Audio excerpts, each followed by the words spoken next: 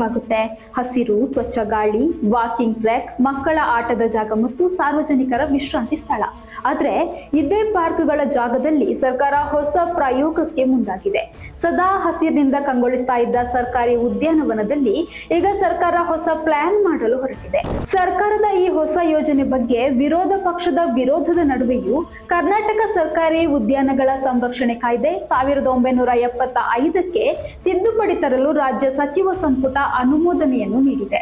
ಈ ಹೊಸ ಪ್ರಸ್ತಾವನೆಯ ಪ್ರಕಾರ ಇನ್ನು ಮುಂದೆ ಸರ್ಕಾರಿ ಉದ್ಯಾನವನಗಳ 5% ಜಾಗದಲ್ಲಿ, ಅಂದ್ರೆ ಸರ್ಕಾರಿ ಉದ್ಯಾನವನದ ವಿಸ್ತೀರ್ಣ ಏನಿದೆ ಅದರ 5% ಜಾಗದಲ್ಲಿ ಮೂಲಸೌಕರ್ಯ ಯೋಜನೆಗಳು, ಮಾರಾಟ ಮಾಡುವುದು, ಗುತ್ತಿಗೆ, ವಿನಿಮಯ ಹಾಗೂ ಅಡಮಾನ ಸೇರಿದಂತೆ ಸಾರ್ವಜನಿಕ ಉಪಯೋಗಕ್ಕೆ ಹಸ್ತಾಂತರ ಮಾಡೋದಕ್ಕೆ ಕರ್ನಾಟಕ ಕಾಂಗ್ರೆಸ್ ಸರ್ಕಾರ ಈಗ ಮುಂದಾಗಿದೆ.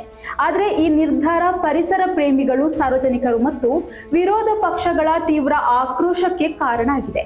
ಇರೋ ಅಲ್ಪ ಸ್ವಲ್ಪ ಹಸಿರು ಜಾಗವನ್ನು ವಾಣಿಜ್ಯೀಕರಣಕ್ಕೆ ಬಳಸಿಕೊಂಡ್ರೆ ನಗರದ ಪರಿಸರ ಸಂಪೂರ್ಣ ನಾಶವಾಗುತ್ತೆ ಎಂಬ ಭೀತಿ ಪರಿಸರ ಪ್ರೇಮಿಗಳದ್ದು.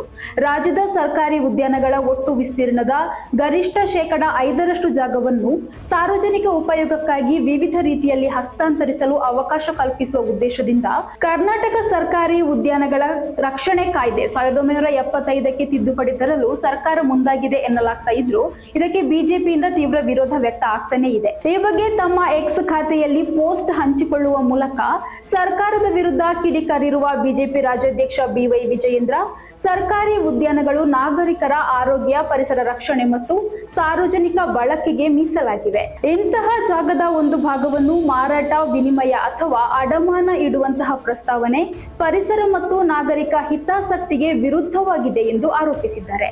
ಮತ್ತು ಮುಖ್ಯಮಂತ್ರಿ DK ಶಿವಕುಮಾರ್ ಅವರ ರಿಯಲ್ ಎಸ್ಟೇಟ್ ಮಾಫಿಯಾ ಸರ್ಕಾರ ನಾಗರಿಕ ಬಳಕೆಗೆ ಮೀಸಲಿಟ್ಟ ಉದ್ಯಾನಗಳ ಲೂಟಿಗೆ ಮುಂದಾಗಿರುವ ಆಘಾತಕಾರಿ ಬೆಳವಣಿಗೆ ಎಂದು ಅವರು ತಿಳಿಸಿದ್ದಾರೆ. ಗ್ಯಾರಂಟಿ ನೀಡಿ ಸರ್ಕಾರ ದಿವಾಳಿ ಎದ್ದಿದೆ. ಅದನ್ನ ಸರಿದೂಗಿಸುವುದಕ್ಕೆ ರಸ್ತೆ, ಪಾರ್ಕಿಂಗ್ ಏರಿಯಾ, ಕೆರೆ, ಉದ್ಯಾನಗಳು ಹೀಗೆ ಎಲ್ಲವನ್ನೂ ಲೂಟಿ ಮಾರ್ಗವಾಗಿ ಬಳಸಿಕೊಳ್ಳುವ ಹಗಲು ದರೋಡೆಗೆ ಇಳಿದಿದೆ ಎಂಬ ನೇರ ಆರೋಪವನ್ನು ಕೂಡ ವಿಜಯೇಂದ್ರ ಮಾಡಿದ್ದಾರೆ. ಲಾಲ್ಬಾಗ್ ಬೊಟಾನಿಕಲ್ ಗಾರ್ಡನ್ ಸೇರಿದಂತೆ ರಾಜ್ಯದ ಪ್ರಮುಖ ಸರ್ಕಾರಿ ಉದ್ಯಾನಗಳಲ್ಲಿ ಈ ಯೋಜನೆ ಜಾರಿಯಾಗುವ ಸಾಧ್ಯತೆ ಇದೆ. ಕೆಲಸದ ಒತ್ತಡದಿಂದ ಬ್ರೇಕ್ ತಗೊಂಡು ಸ್ವಲ್ಪ ರಿಲ್ಯಾಕ್ಸ್ ಆಗೋದಿಕ್ಕೆ ನಾವೆಲ್ಲರೂ ಪಾರ್ಕ್ಗೆ ಹೋಗ್ತೀವಿ. ಆದ್ರೆ ಪಾರ್ಕ್ ಒಳಗೂ ಸರ್ಕಾರ ಕಣ್ಣಿಟ್ಟಿರೋದು ಭವಿಷ್ಯದಲ್ಲಿ ಉದ್ಯಾನಗಳ ಒಳಗೆ ವಾಣಿಜ್ಯ ಚಟುವಟಿಕೆಗಳು ಹಾಗೂ ಪರಿಸರ ನಾಶಕ್ಕೆ ಮುನ್ನುಡಿ ಬರೆಯಬಹುದು ಎಂಬ ಆತಂಕ ಸಾರ್ವಜನಿಕ ವಲಯದಲ್ಲಿ ಈಗ ತೀವ್ರವಾಗಿದೆ.